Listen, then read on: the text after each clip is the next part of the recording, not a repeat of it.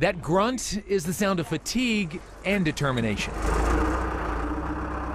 Steve Keiter is clearing land, his land that's been in his family since the 60s. My mom and dad bought this place in 1965, and we moved here in June of 1967. Steve lived here through high school, then met and married Debbie.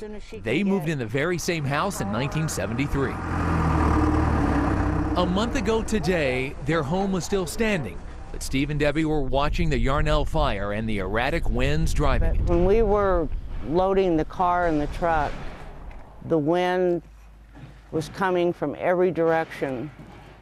It would be like blowing this way, and just instantly it would come across this way. What did you and Steve say to each other on that June 30th afternoon when you finally realized you had to get out?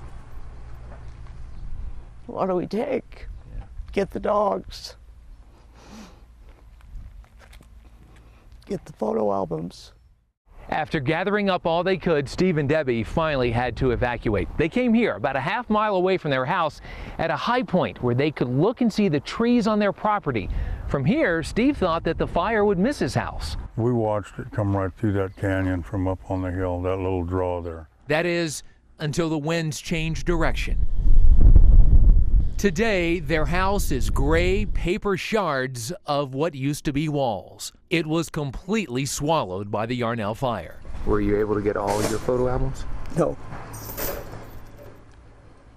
We got a lot of them. Got my daughter's birth. What about the memories, though? Chasing your daughter around this house. Oh, yeah. Well, the little room right there was my bedroom when I was in high school. Fighting back tears, Debbie described the house that was. Okay, this would have been the shop. And yet, in the ash, there's life. Look a few inches below the sign that says the Keiters' property's unsafe. There's a new rosebud on Debbie's rose bush.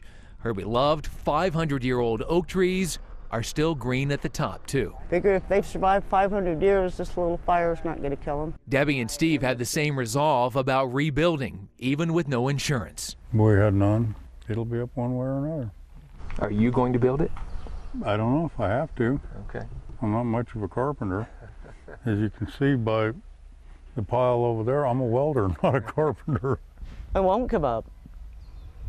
We will pull it all together. We'll come back and live in a tent. I don't care. This is home. A month after the fire, this work is hard, constant, and still being done with a heavy heart. That's right. That's why I'm wearing this shirt today. Yeah.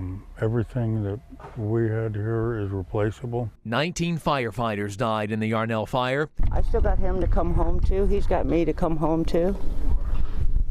They don't get to go home.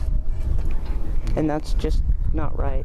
Anything I have, I don't have much left, but I'd trade it all to give one of their lives back. Or all of their lives back. A community that'll always remember the human tragedy while harnessing the human spirit to rebuild. People are good people here. Neighbors are helping neighbors clean up, and that's the way it should be.